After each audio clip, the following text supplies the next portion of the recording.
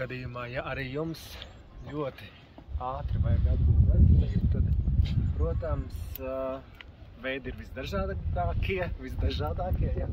Bet viens no, manuprāt, labākajiem atgūt spēkus un veselību ir pie dabas, svaigā gaisā, kalnos, kur ir saulīte, kur ir miers, patīkams, svaigs vējš un arī visas tās sliktās domas kaut kur tagad ir aizlidojušas un sajūtas ir fantastiskas, jo šī vieta ir vienkārši fantastiska. Jūs redziet?